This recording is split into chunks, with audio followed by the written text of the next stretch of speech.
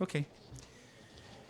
All right. Second presentation in track two by a good friend John Greenewald, the creator of the Black Vault. I think you pretty much get to know him now. He's everywhere, doing everything, and important work. He's involved in History Channel productions. He has a massive website. He's worked on radio. But this is all developing his own stuff, right? And he's, I don't know, 23, 24, whatever. He's incredibly young, and that's disgusting. But whatever. The point is that he's a very important person because he understands the power of the net. He understands the power of information. All right. Don't create a website and put a few documents up there and ask people to come see them. Right. Come see my site. Nothing wrong with that. He puts up 200,000 documents and says, "Come get them." All right.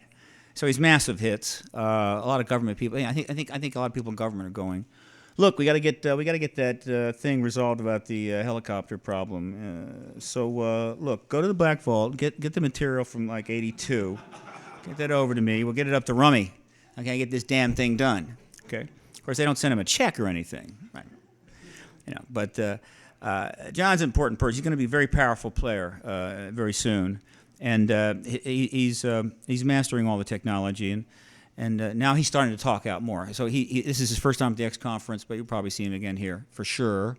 He's going to get into some, again, very troubling, disturbing, disquieting things, and you'll probably need to take, some kind of sedative afterwards. But you understand, the truth is never, it's sometimes painful.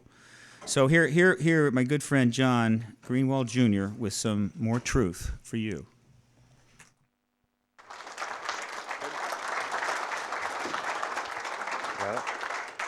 We're all tripping over our umbilical cords here. Thank you, Steve, and thank you also for the opportunity to speak here. I appreciate you coming in on the lunch break and sitting through this. What I want to do today is kind of take you on a little bit of a tour on what the U.S. government does say.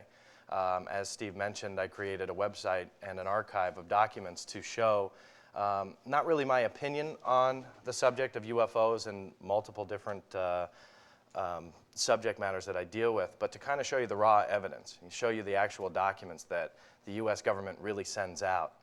And the Black Vault was a website that I thought of almost 9 years ago. In August, it will be 9 years, which has been quite a long trek, as you'll be able to see. So when I was asked to speak here, and he said, summarize those 9 years and prove the cover-up in 50 minutes, I laughed, because there's just a massive amount of information to go through. One of the things that you hear about is that the U.S. government wants to say that we don't care about this information, or the public doesn't have the interest in it, and they don't mind. And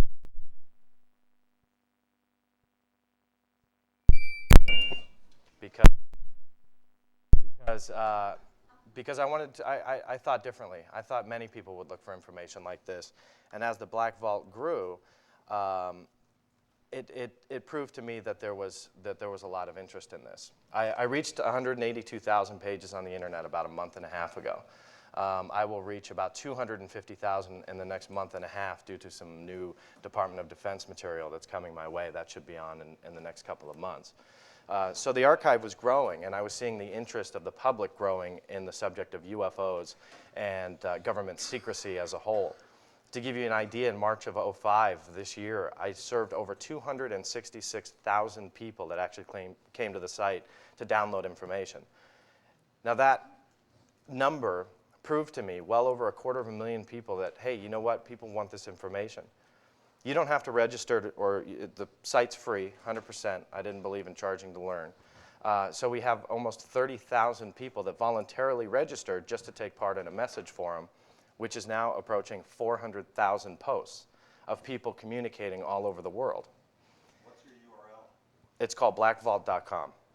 113 gigabytes for computer guys like me was downloaded that month, and it grows every month. And as you can see by the graph, I just threw that on there, that every month it gets higher. And that proved to me, you know what, people want this information. People want to know the truth behind UFOs. And that's what I want to accomplish, is kind of show you why. They see some of the documents that the government sends out, It's 100% legal. Anybody can do it. I wasn't anybody special who was able to get this information sent to me in an envelope secretly. This was something that I legally did, and the only difference between what I was trying to accomplish and many of the other requesters was I had to learn the very difficult game of being patient. Because if you're not patient, the US government just loves that because you'll give up. And that was one of the hardest lessons for me to learn when I was 15. And I was still in high school trying to take on the CIA and the Pentagon, the FBI, and they quickly learned who I was because I would send out these Freedom of Information Act requests by 30 or 40 at a time. I would put them in the mail.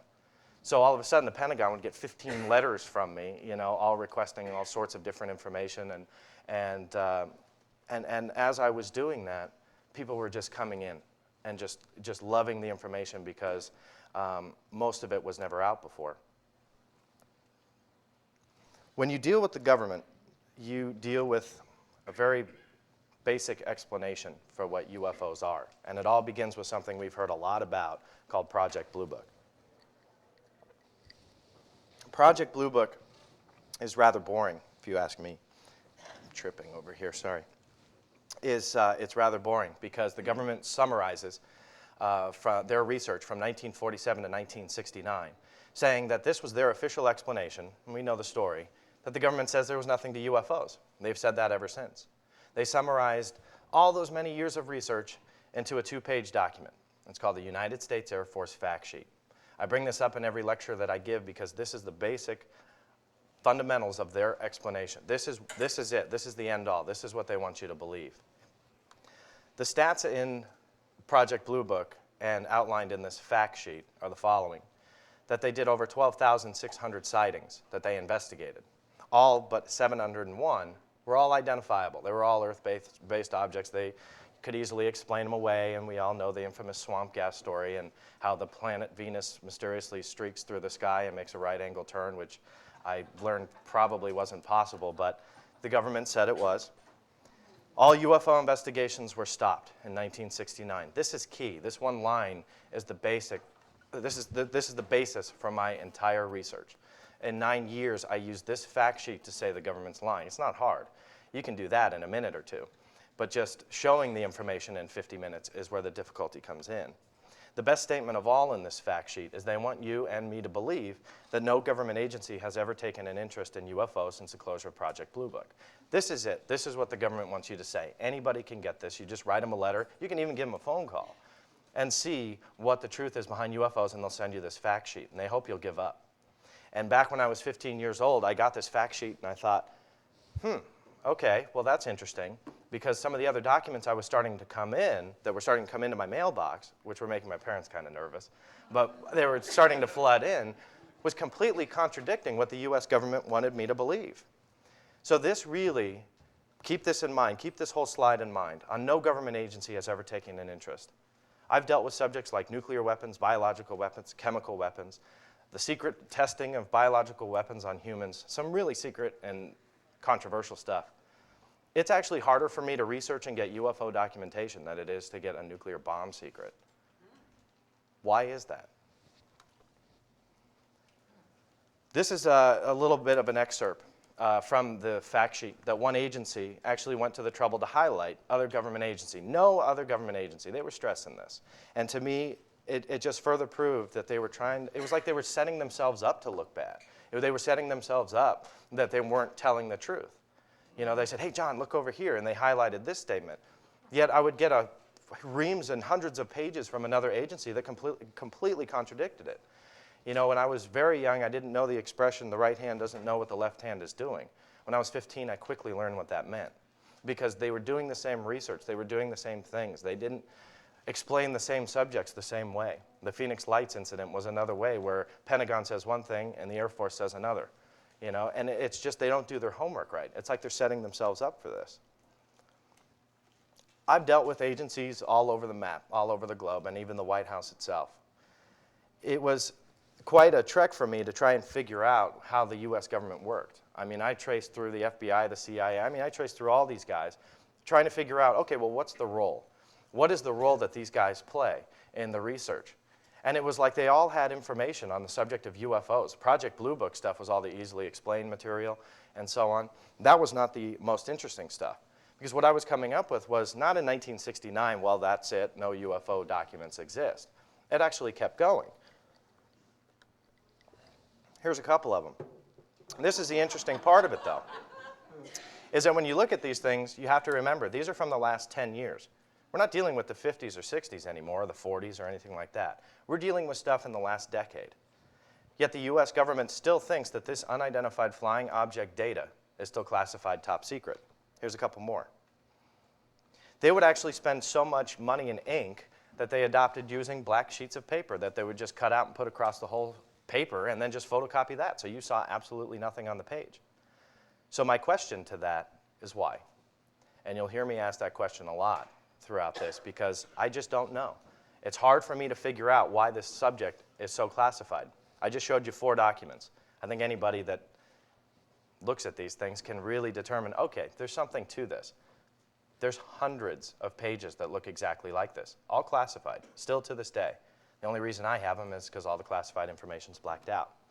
This is what the Freedom of Information Act is bringing me in 9 years. This was one of the first things that I got, and I knew, you know what, I'm on to something big. As I traced through the government, I thought one of the most natural places to check was at Peterson Air Force Base, the Space Command. And I found an interesting find in a tower log. And it was in, I have the copy of the handwritten log, and I also have their typed up response, or the typed up version of that. And it says the following: received call of UFO sighting at Griffiths Air Force Base, New York. 4 enlisted men observed circular orange light just above tree line east-southeast of their location. 5 minutes total hovered and then disappeared. I got this from the Air Force, who told me from their headquarters that you won't find any references to UFOs anymore because all the documents were transferred. They were transferred to the possession of our National Archives, which I was just at on Friday and had a great time. But they try and tell you, nope, the Air Force doesn't have anything. Why? Because you'll give up. They didn't want me to turn around and send the same request to Peterson because all of a sudden I came up with something. That showed it. They're not doing their homework. The most interesting part about it was 1996. Whoever these Air Force guys were that saw this felt the need to report it, so obviously we're dealing with some kind of issue over an Air Force base. But on top of that, the government had a procedure to actually archive this and keep it. They obviously wanted it. I have no problem with that. I don't think that blows open any huge conspiracy, but it proves the cover-up. Why would they cover all this stuff up? What is so special about the UFO subject that's so classified where they black everything out and they try and lie to you and say, no, no, we don't like it, but they're still collecting the records? So I did a little bit more research on, okay, how are these reports coming in? And I came across something that's been in the UFO community for many years that was called JANAP 146E. And it stands for Joint Army-Navy Air Force Publication 146. Now, I'll tell you on a side note, if it's hard enough to learn how the government works, it is as equally, if not harder, to learn the acronyms. The Department of Defense has a book, a manual, that lists every known acronym that the DoD uses. Want to take a stab at how many pages it is? It's about 600 or 700 pages. Those are all the acronyms. So you read these things, it's like a foreign language. You're trying to translate them, and you don't know what it's trying to say. So anyway, I came up with JANAP 146, and like I said, it's been around for a long time. In it, you learn how to report certain sightings. They call them service reports, another acronym. It stands for Communication Instructions for Reporting Vital Intelligence Sightings. And let me tell you, it does get confusing when you're dealing with all these acronyms. But this publication will tell you to report missiles, hostile and unidentified submarines, hostile and unidentified groups of military, and UFOs was the number 3 on the list. I know it's 4 on my slide, but in the actual publication is unidentified flying objects. So this was kind of during the Blue Book era, so that was kind of a standard thing that these Air Force, Navy, both Canadian government and US government pilots were seeing these UFOs and actually reporting them. So I looked in this manual, and it tells you to take the sightings that you see, the UFO sightings, or better known as service reports, and forward them to one particular agency, NORAD. NORAD has been the retrieval agency for all of the UFO documentation made under this JANAP 146E. So I sent a letter to NORAD. And they came back with a very interesting response. They said, NORAD is a binational command established by Volume 33, United States Treaties, page 1277, subject to control of both Canadian and U.S. government agencies as defined in the Act, and consequently is not subject to the U.S. Freedom of Information Act. How convenient was that? Well, we're going to start collecting all these UFO records, but let's not tell the public. Let's send them to the one agency that is exempt from the Freedom of Information Act. They did that. I found 2 places. On a side note, the next one is the White House that is exempt from the Freedom of Information Act.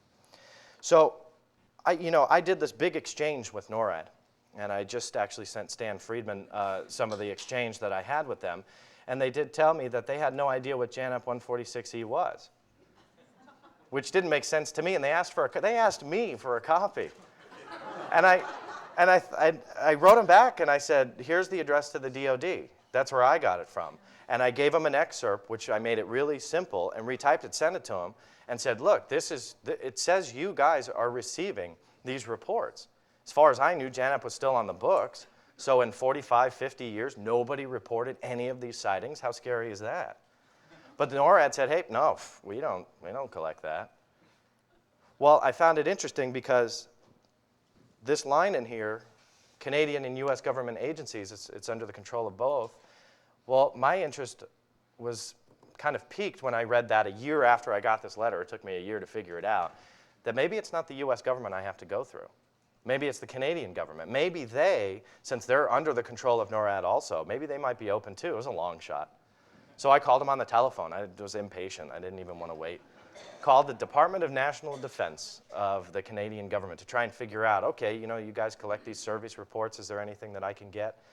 So I get this guy on the telephone. He did not know my name. I didn't tell him what I was looking for. I just introduced myself as like a researcher, didn't give him my name, and I said, sir, I'm actually wondering, and I'm sorry, I skipped a step there. I learned that the Canadian government has an equivalent to the Freedom of Information Act. It's called the Access to Information Act, and that's what I wanted to call up and see if a U.S. citizen could use it.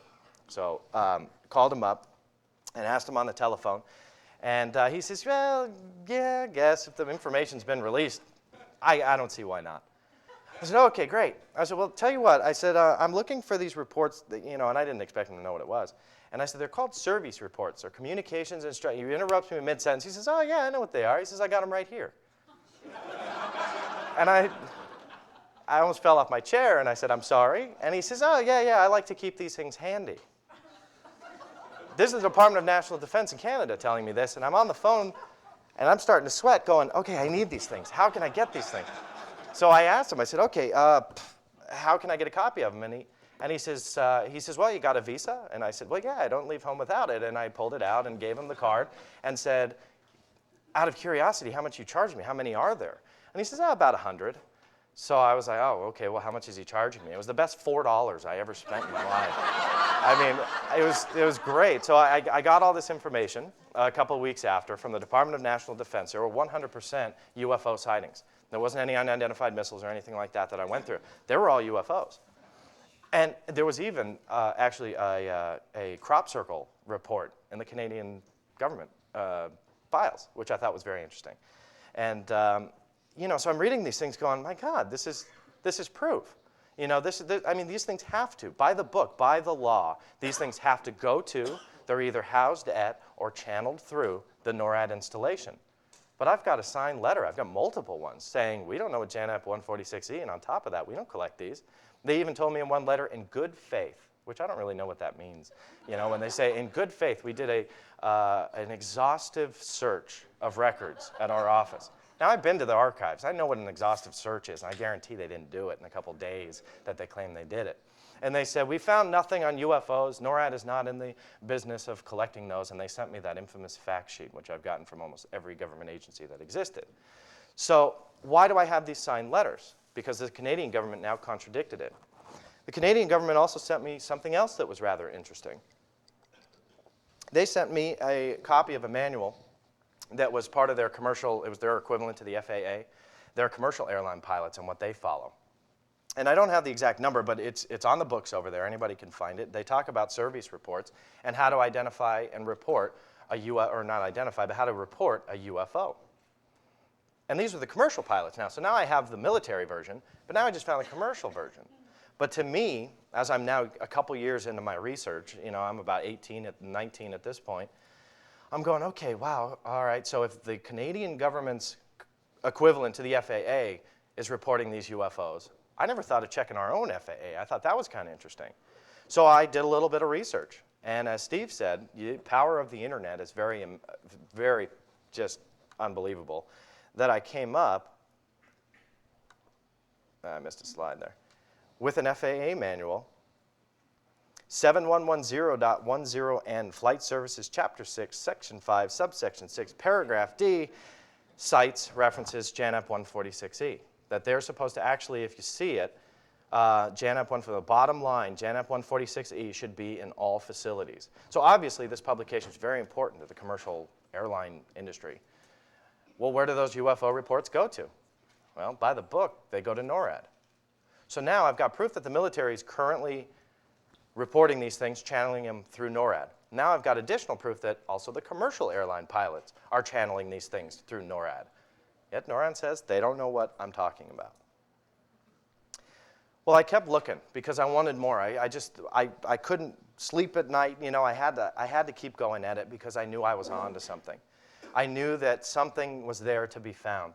Now, before Google was bigger than Alta Vista at the time, I was using Alta Vista, and I searched for surveys, see what I can come up with. A lot of references to JANAP 146E, a lot of material to find on many UFO websites. It wasn't an earth-shattering thing, but I came up with something very interesting on response number 20.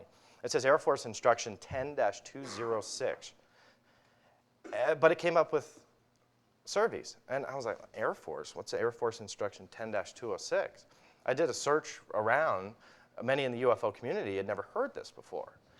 So I was like, okay, well, what is this? So I tried to go to the website, and it was down, mysteriously. They revamped their whole database, and I couldn't get it, so I had to do the laborious Freedom of Information Act request again and wait a few weeks, and they informed me, well, yeah, if you need it, you got to pay like 20 bucks.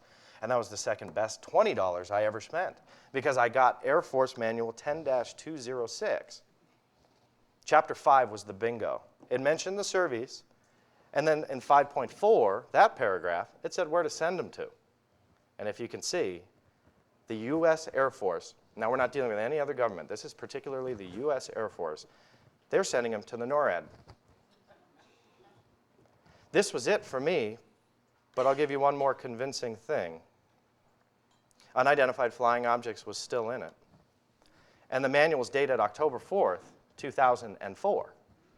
So my question is, after all these years of fighting and trying to make sense of the government archives, they have on the books a UFO reporting procedure, sending it to an agency that's already lied to me, sent from the headquarters of somebody who's already lied to me, and I've proven beyond any shadow of a doubt the UFO presence is all over. This was it for me. I mean, this kind of was like the tell-all, okay, you know what, that's, phew. So the last 15 minutes of what you just heard took 2.5 years to complete. So when I go back to the original statement of you have to learn patience, that's why. I got a letter about a month and a half ago. It says, Dear Mr. Greenewald, this is in response to your Freedom of Information Act request dated, I think it was March 30th, 1996. That's another game that they play. You know, you might wait years for some of these documents to come. You have no idea what type of games the government wants to play. You know, I'm playing by their rules. It's a game they wrote. If they don't want to give me something, they're not. So it's trying to play a game with the bully on the schoolyard who made up the game and wants to win, and he's not going to let you win. And that's where I call it passion or determination comes from, because I don't want them to win. They wanted me to give up, and let me tell you, I almost did, because it was just frustrating. That actually sparked going into other subjects than UFOs, which is probably a good idea.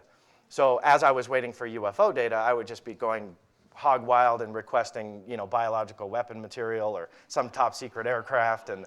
And my dad works for a government contractor. So me doing that kind of work made him a little nervous in the beginning. And many ask, what my parents are, what they feel about this. My mom's always been my biggest fan, but Dad, I always have to point him out now because he was so nervous in the beginning, and he wasn't so sure about this, and that's how I got junior. I'm not legally a junior, but I had to adopt the junior so Dad didn't, freak out. And now today, he's one of the most active users on my message forum. He loves it, and he goes on there and shares information. So he's always been supportive. So as I was digesting the material from the Air Force, I thought to myself, why not look for another nugget? Why not look for something else that would just take the beyond the shadow of the doubt theory and just push it over the top? And I did.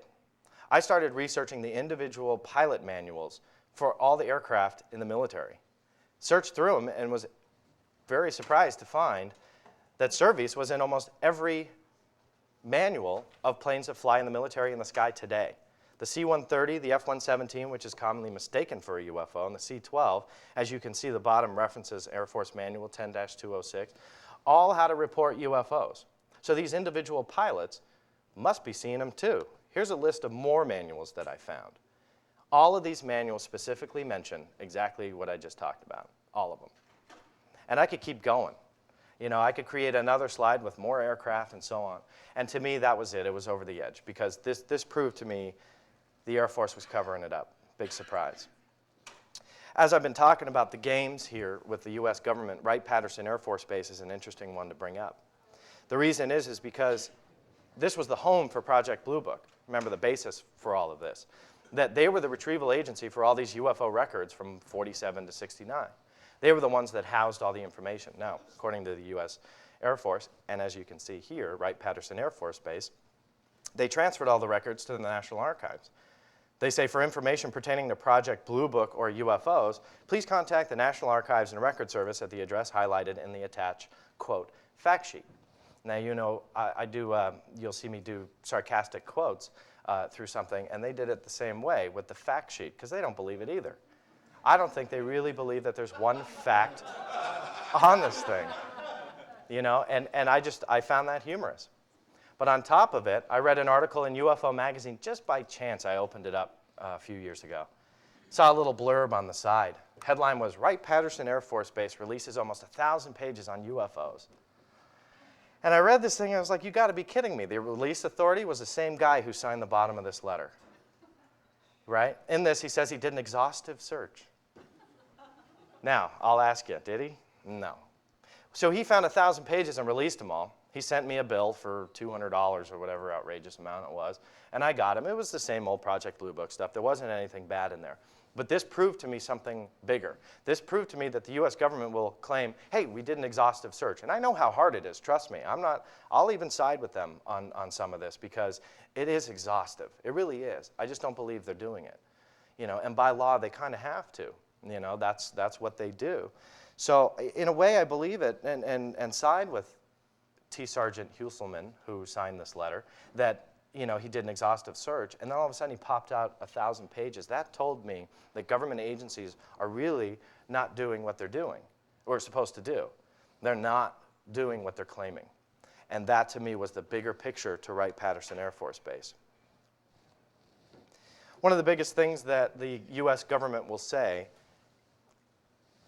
is that UFOs pose absolutely no national security threat to the American public. That's one reason why they don't pursue any of this data, or so they claim. We proved obviously otherwise, but this is what they'll say at a press statement or a podium, No, we don't care. They're not a national security threat. They're all Earth-based objects, or, a comet or meteorite, or whatever explanation they want to give it. So we're dealing with one agency and one agency only, the Office of the Assistant Secretary of Defense. You can completely contradict their entire stance on the subject of UFOs. And I found this humorous. I just was going through this a couple months ago. I got these years ago, scanned them, had them online, but I wanted to do something a little different and deal with this, the national security threat. So in this package, right, you don't get them in file folders and have little tabs that say, okay, this is this and this is this. No, the government just photocopies a stack of paper and then just sends you the whole box, and you got to go through it and actually organize it to however you want. So when I put documents online, I'll give an index, but I keep it in the exact order that the U.S. government gave me. I've always wanted to keep that right. And the Office of the Assistant Secretary of Defense, their package started with the infamous United States Air Force fact sheet on UFOs. There was one on there on the Philadelphia experiment, and they said, no, nothing's involved with the Philadelphia experiment. And they go through that UFOs pose no national security threat. There was like 3 versions of the fact sheet. It's like, okay, guys, I get your point. You don't want to admit to this. But if you keep thumbing through the same package of material, you come up with a event where UFOs were seen at Malmstrom Air Force Base, shutting down radar sites and causing a problem. To me, that's a national security threat. I don't care what the UFO is. That was national security. It didn't end there, because there was another one that was at Loring Air Force Base, also a problem. They called this an unidentified helicopter. But the problem was is this all came up under my UFO request. Why they sent me, if this was a helicopter or whatever, they knew what I wanted. So they sent me this. I don't know if I should read into that or not. Here's another one from Loring Air Force Base. They had a problem where these UFOs were buzzing at Loring Air Force Base. To me, that's a national security threat. On top of that, that same report, as you can see about a quarter of the way down on the distribution list, the White House itself was receiving these reports that were from 1975. Only 6 years after the closure of Project Blue Book, but they felt the need to make sure that the US president kept apprised of everything that was going on. To me, that's a national security threat. How about this one from Cannon Air Force Base in New Mexico in '76? 2 UFOs are reported near the flight line at Cannon Air Force Base. Security police observing them reported the UFOs to be 25 yards in diameter, gold or silver in color, with blue light on the top, a hole in the middle, and a red light on the bottom. Air Force is checking with radar. Additionally, checking weather inversion data. This is a national security threat. I don't think we have to be a rocket scientist to figure out, hey, you know what? This is a national security problem. I'll throw in another one. Eglin Air Force Base also sees UFOs poses a national security risk over these radar sites. There's a problem here. I've only dealt with 24 months, only one agency proving the national security problem involving this subject. Coming a few years after the closure of Project Blue Book, but the US government wants to stand strong and say, nope, we don't collect these things and there's nothing to it. I don't know how I'm doing on time. I think this is a fun story. I've stayed away from the Roswell incident for quite some time. I used to get tons of letters to me every day about, well, what do you think about Roswell? And what do you think about Roswell? And Stan Friedman, who I always reference, has been a personal friend of mine for many years, and he does a great job. What am I going to do? Come in and find something. There's not, I couldn't do that. He's done an excellent job of doing this, and for many years has been determined in finding out the truth. So I listened to him when he talked about Roswell. But I thought, okay, well, tell you what, why don't we just deal with what the US government says, their quote-unquote fact sheet on the Roswell incident. And they've gone through not 1, not 2, not 3, but actually 4 different explanations, all contradicting each other on what the Roswell incident was. Now, that's really going to convince the public what the truth is. I'm sure maybe in 2010 we'll come up with another explanation. It'll be the Roswell report, case almost closed. That's where they're going to come out with something else. So they sent out in 1997 the Roswell report. I thought it was case closed, but I saw it referenced at the National Archives as something different yesterday, or on Friday. But this explanation, which again was a few hundred pages, tried to explain what the Roswell incident was. And they explained the bodies, and they explained the wreckage, and they explained all that stuff. Well, I didn't want to read it. I won't lie. I can't lie to you. It was boring. Some of these things are just tedious. And I opened it up and going, what, I have to go through this, to learn what the government yet again wants to prove to me. It was like, all right, forget it. But I stumbled across the executive summary. The executive summary takes this and puts it into this. So that was more my cup of tea. And I said, okay, well, I'll take a look at this. And I read through it. And luckily, in the first couple pages, they give you bullet points that summarize the summary. So I was very excited about that. Let's go through them. We know the newspapers. And we've seen the Pentagon. Quote, aliens observed in the New Mexico desert were actually anthropomorphic test dummies that were carried aloft by U.S. Air Force high-altitude balloons for scientific research. The, quote, unusual military activities in the New Mexico desert were high-altitude research, balloon launch, and recovery operations. Reports of military units that always seemed to arrive shortly after the crash of a flying saucer to retrieve the saucer and, quote, crew were actually accurate descriptions of Air Force personnel engaged in anthropomorphic dummy recovery operations. Claims of alien bodies at the Roswell Army Airfield Hospital were most likely a combination of two separate incidents. The first, a 56 KC-97 aircraft accident in which 11 Air Force members lost their lives, and a 1959 manned balloon mishap in which 2 Air Force pilots were injured. And don't ask me why this got cut off, but the last and best statement of all was this report is based on thoroughly documented research supported by official records, technical reports, film footage, photographs, and interviews with individuals who were involved in these events. My question is, I know the people who actually have interviewed all of the first-hand witnesses. They come up with a completely different story. I'm curious what documents they looked at, what records, what interviews, and what they tried to investigate the Roswell incident, how they did that. Problem is, it's pretty blatant. Let's go back a slide.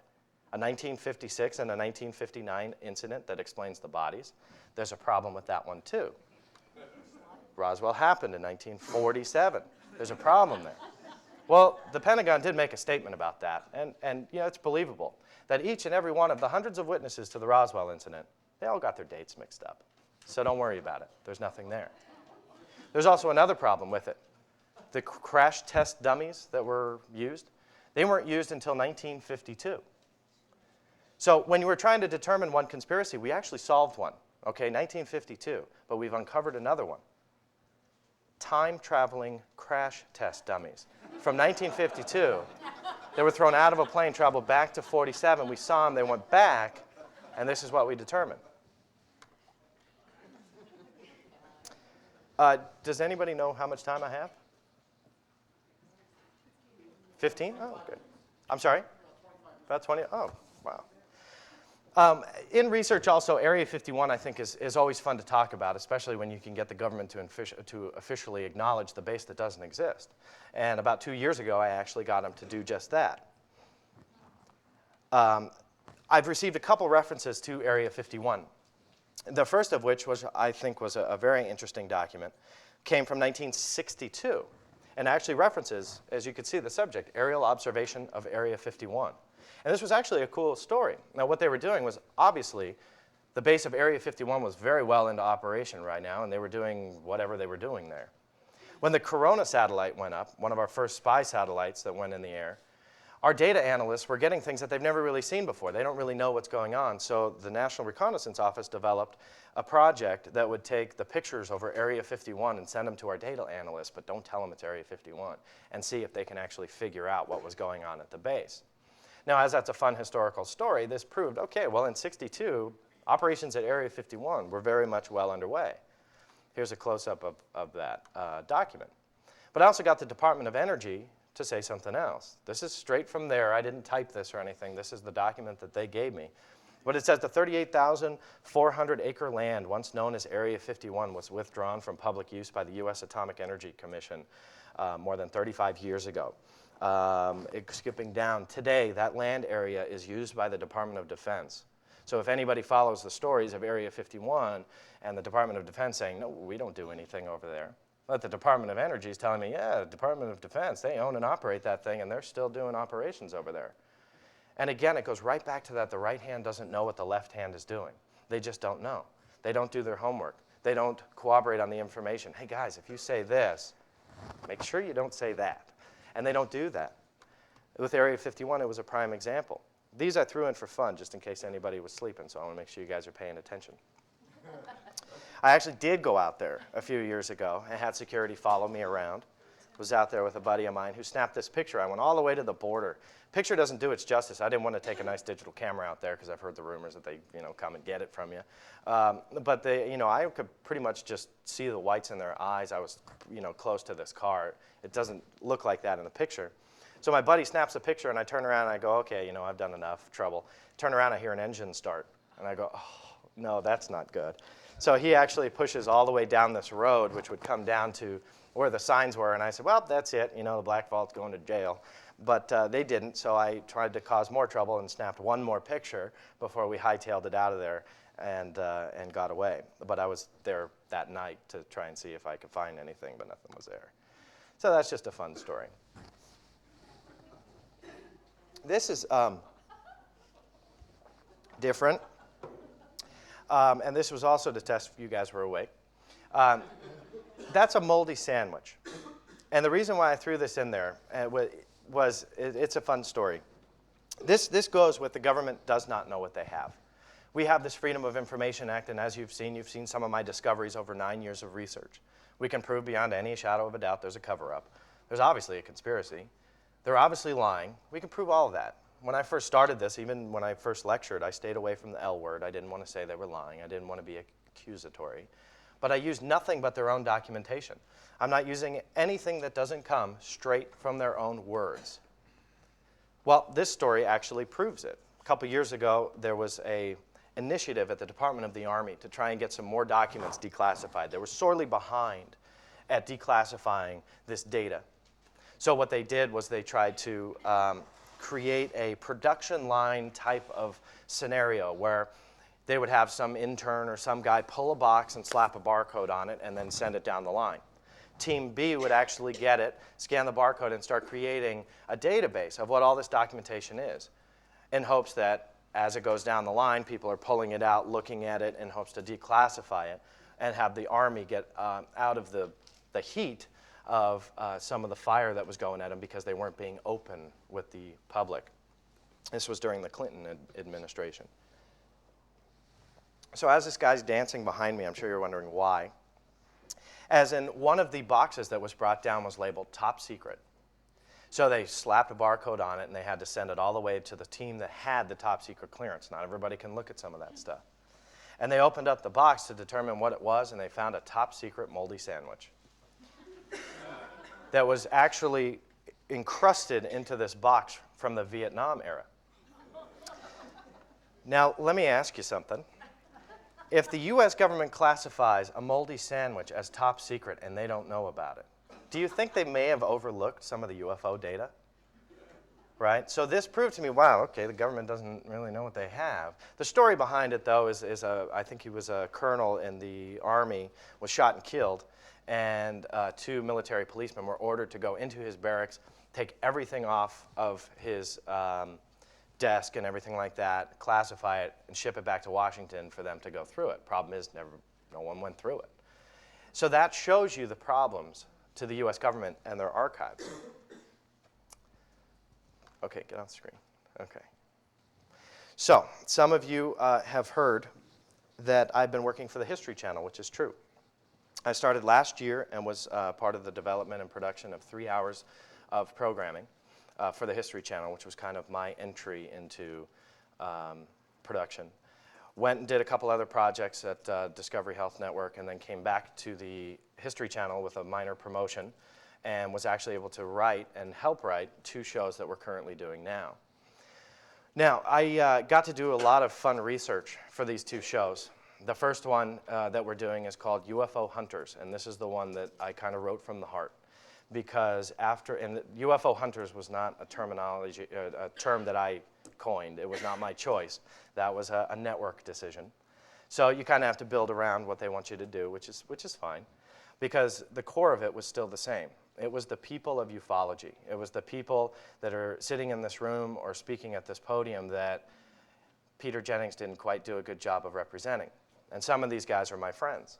So when I wrote this show, it was like, wow, I get to actually show, Stan Friedman, who's not the Roswell promoter, but somebody as a person who's been in this research for a very long time and cares and has the same passion that I do.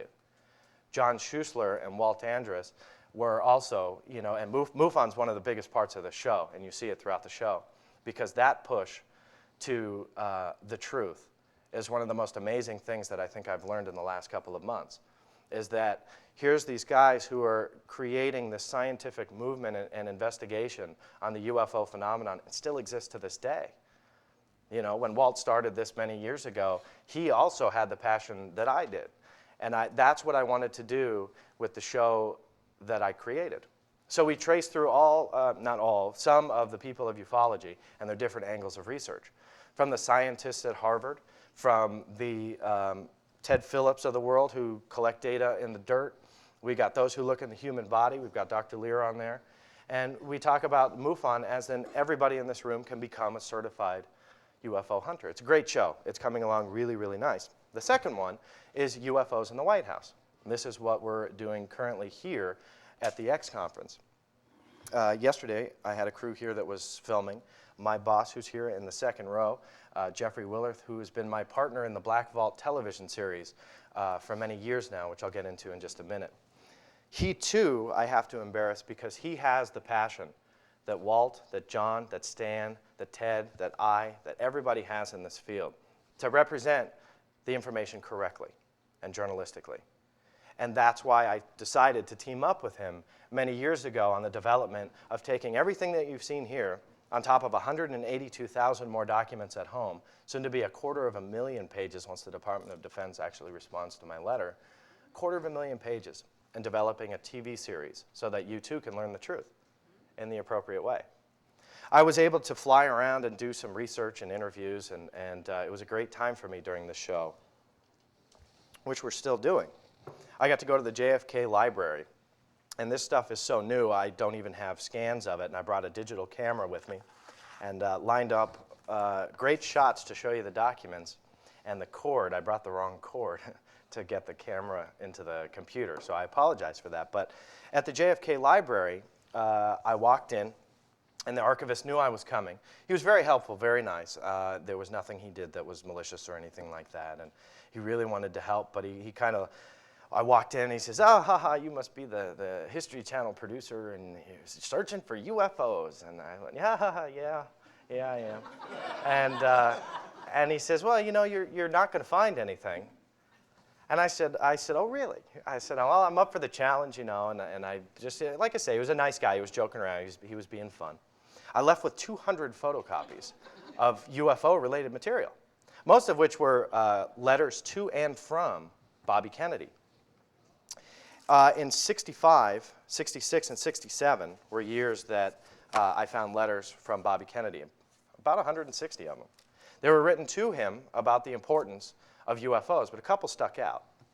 One of which is he was very skeptical. I mean, he was. In 66, he had type of a form letter response, or in 65, he had type of a form letter response. You know, he says, "I received your inquiry on UFOs." He talks about how he doesn't believe that the Air Force is covering it up. I wish he was here today. But he says the Air Force wasn't covering it up. And he says that science, you know, is kind of pursuing it, but doesn't really know anything. But NICAP, as many of you know, the NICAP organization, was writing him letters too around this time. I found one from Dr. Frank Strange's, you know, and these are all the originals. So for me to go through this stuff, this is the stuff that Bobby Kennedy actually held in his hand. And I say that because in this one document, which I'll have with me, so if anybody wants to see it, they can, is that he would actually handwrite the response back, and his secretary would then type it up. So he actually cared enough to address this issue and not address it with a form-type response, where some of his letters were, but he would actually draft letters to the more important letters that he felt needed addressing. One of which was to a NICAP member saying, "Thank you for writing to me about your interest in UFOs. I've received several letters from other members of your group, and I'm keeping myself abreast of information developed on this subject. I appreciate your thoughtfulness in writing." So he obviously had an interest in it. This was just a couple years before the government ended their investigation on UFOs. But he obviously was still kind of keeping updated on it. But the gold mine for me was a document that was signed by Gerald Ford. Now, interestingly enough, all these documents, like I say, are original. Not many people say that they were able to touch the actual handwriting of Bobby Kennedy, and that's what I was actually able to do. And it's just kind of a surreal moment where you're looking at this document that you know he wrote on personally with his signature and everything. And like I said, I've got these up here, so if you want to see them, I'll put them out. On top of that, I also stumbled on an actual signature of JFK. And I'm telling you, I just was so in awe by it because it's like, you know, I don't know what happened to him. I am fascinated by the movie and the subject matter, just like anybody else. But as I'm looking at it, you think to yourself, the man who signed this, what happened to you is why I do what I do. You know, I want the truth. And here was the signature by him. I just was like there for 5 minutes going, looking at it. And the archivist said, if you come across any handwriting, make sure you tag it, and we have to pull it, and it goes into the vault. Vault? I think they did call it the vault. Or the dark room, but they lock it up. You know, they don't let you touch it. So I actually started to mark it, and I'm going, no, I want to come back and get scans of these, so I stopped marking it. And I was so excited about stumbling across his signature, I forgot to get a photocopy of it. But I know exactly where it is, and I want to go back and actually scan it. But this is the work of going through archives, and you gotta, you stumble across this awesome history behind it. But back to the Gerald Ford letter, John. It says, and I'll read the whole thing because I think it's very interesting. There was a letter that was sent to Bobby Kennedy. Bobby Kennedy turned around, I believe, from the best of my understanding, he forwarded it to Gerald Ford, congressman in '66, and he wanted Gerald Ford to respond. It was written to a guy by the name of Mr. Raymond G. Conley. Dear Mr. Conley, I wish to acknowledge and thank you for your recent letter enclosing the interview with Major Donald E. Kehoe regarding UFOs. As you know, I've expressed a good deal of concern about this problem and about my opinion that the American people are entitled to all of the facts on flying saucers. It is for this reason that I urged and continue to urge a congressional investigation. As you probably know, I wrote to the chairman of the two committees concerned and did all that I could to see that such a hearing was held. However, as you also know, we Republicans are outnumbered in the Congress by more than 2 to 1. Therefore, I cannot be as effective as I would like to be because we simply don't have the numbers. Your support for Republican candidates at the polls would be greatly appreciated because we are going to need backing if we are going to be successful in getting the UFO story told. Kindest personal regards, sincerely, Gerald Ford. So coming up with that for me was a goldmine. It's like we're not dealing with a captain in the Air Force. This is going to the congressional members. This is going to people who later become presidents, that they show concern of this. Doing research with Jeffrey here on UFOs in the White House, he and I are like the team on this. We've got a lot of other people involved, that get their name at the end of the thing, but all the research, 100% of it, including the writing and trying to determine the truth of all this stuff, is Jeffrey and I. So we've had our work cut out for us. He's been to the FDR library. We visited the Reagan library together. I've been to the JFK library. I'm going to the National Archives for 2 more days to find more stuff, see what I can get. It's been quite a unbelievable experience for me, and especially teaming up with him. And if you see him in the hall, go meet him. Because number one, I just want to embarrass him, and number two, he shares this passion, and you'll hear me say that word over and over, but he shares the passion like I do, and I've never lost sight of that. So that's why he and I are continuing working on the development of the Black Vault television series. The History Channel projects are, they're not Black Vault television or anything like that, but really it's a step closer. If we got to chisel it away 1 hour at a time on the History Channel, well, that's the way we got to do it. If they put us in full-blown production tomorrow and we make 150 shows in the next 6 months, well, I'm fine with that too. But it's all about getting the information out there. Some of us talk about the Peter Jennings special and the ABC, and you've heard me talk about what Jeffrey and I want to accomplish with the media. And I always am surprised at some of the information that we come up with, with dealing with the UFO research and so on. And I think it's interesting to point out that some say, well, the government was in collusion with ABC and it was a hack job on the UFO community. And in many ways, it actually was. I mean, like I said, some of these guys were my friends. But I'm able to see the other side, coming from not the UFO community, but from the media. And I see the people that we have to answer to.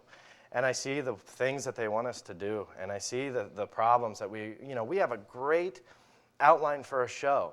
We have a section in there that's just brilliant. And then some guy who barely knows anything about UFOs, or some lady, she comes along and says, take that out. And we have to accommodate that. We have to go through that. I call that the Peter Jennings effect. I think good old PJ had nothing to do with the project. I'm not siding with him, trust me. I just think he just said, nah, who cares, You watch him read the script from the teleprompter. I don't even think he knew what the script was until he read it from that day when he was recording it. I just don't think he played a role in it. That leaves who? Well, that leaves the producers that come along that have absolutely no idea about the UFO community. And they're supposed to learn 55 years of research from multiple different people all in 6 months and do a 2-hour documentary about it. Of course, we're going to get people that don't know what they're doing and they put, a horrible 2-hour documentary on TV. So I call that the Peter Jennings effect. Some call it conspiracy. I call it stupidity. I just don't believe. I think sometimes we give those Hollywood producers too much credit. I don't think they're that smart. No offense. But You know, I just think it's really just they for whatever reason, they have their own personal agenda. I've met some of these producers, and they really, you know, if they're skeptical, you see on screen their viewpoint. And that's what Jeffrey and I want to accomplish. We want to get out of the Peter Jennings effect where you have some guy come into the UFO community and in 6 months he thinks he knows everything and he does a 2-hour documentary on it and he thinks it's brilliant. But it's really not because he doesn't have the passion for it. And that's why Jeffrey and I teamed up. So I hope you enjoyed all of this. Like I said, we want to turn the Black Vault into a television series where you see the information and you see it correctly. You see the whole picture. You don't see my opinion. You don't see Jeffrey's opinion. And you don't see Peter Jennings' opinion. You see what I want to accomplish. And that's bringing this information out so you can decide the realities behind it. And that's what I want to do. I don't know how I'm doing on time. But I'll actually talk a little bit about the Black Vault series. Okay. UFOs is a very important issue, which I think we've all determined. We all come and join the UFO community, which I am proud to be a member of. And I actually have MUFON to thank for a lot of that because they gave me the first speaking opportunity when I was 18 years old at the International Symposium, and Walt was still the director then. And that's when I first met him. So I appreciate MUFON's involvement in the UFO community, but I also have to thank Walt and John and everybody for giving me that opportunity to speak. But in addition to UFOs, we want to deal with a lot of other information that you also don't hear about. You know, UFOs is one of my main passions of researching this stuff, but there's other things that I, you know, come across or see that I just can't understand that the government is covering it up, and I really do feel that the American public has a right to know the historical record of the place we live. One of the things was a couple years ago, this Russian submarine Kursk went down. I don't know if any of you remember this. It was in the news. And something inside of me, so I don't know what it was, made me latch on to that. Because for some reason I wasn't in the Navy, I didn't do anything, but I latched on to this incident because I knew that these young kids were down there and they were just suffocating. They knew they were alive. They were tapping on the hull and everything. So while they were down there, I had Freedom of Information Act requests sitting in the Department of the Naval Headquarters on information relating to the incident while those guys were still banging on the hull because I wanted to know what was going on. So why does this fit into Black Vault? Well, documentation and everything related to the incident is 100% classified. The reason why I took a hold of this is because the Russian government and military said that the U.S. government brought it down. They were playing a cat and mouse game. They collided with the Russian submarine. It was crippled and it went down. This was the conspiracy theory that started to surface. Well, that's why I had these letters in the naval headquarters to try and figure it out. And they tell me, well, you know what, it's all classified. Well, I'd understand submarine data that from the Russian Navy is classified. I get that part of it. But there has to be something that they could release. So I was watching headlines all over the world. I was watching news agencies, governments, and everything. And the whole story was nothing on what they wanted you to believe. At the press statement, they said, whoa, wait, the U.S. government, we said, no, we don't have any submarines in the area. Documentation proves with other research that I've done through the Freedom of Information Act, just through different agencies, they had 3 submarines in the area.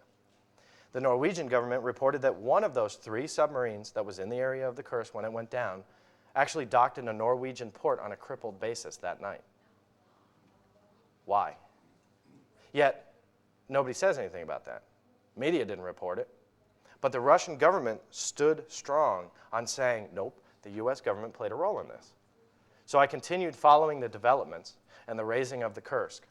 The Norwegian divers who got down there who were too late, you know, they were trying to do a rescue effort and it failed, reported a big dent in the front section of the hull with scrapes along the entire side, right?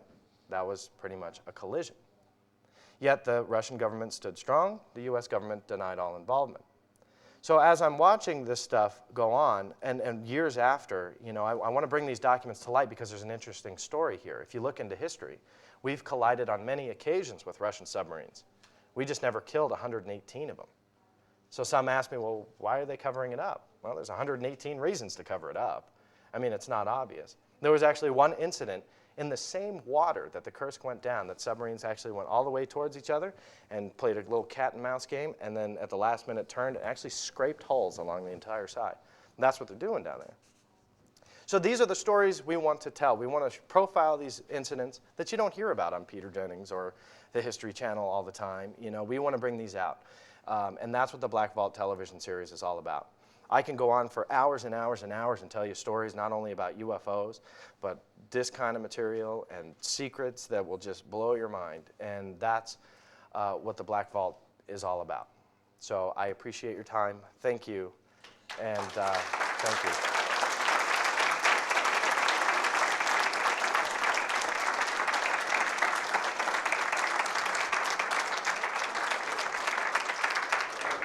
Yeah. I'm sorry? The Black Vault TV series, is that in production? We're actually filming today. Part of my crew, Jorge here, who's our team member here in Washington, D.C., who helps us out filming, we're doing interviews and creating an archive of all this documentation and interviews and all this information. So when we do get into full production, which is hopefully soon, but it's really convincing the networks, you know, we have not the next Survivor reality series, which they're hooked on.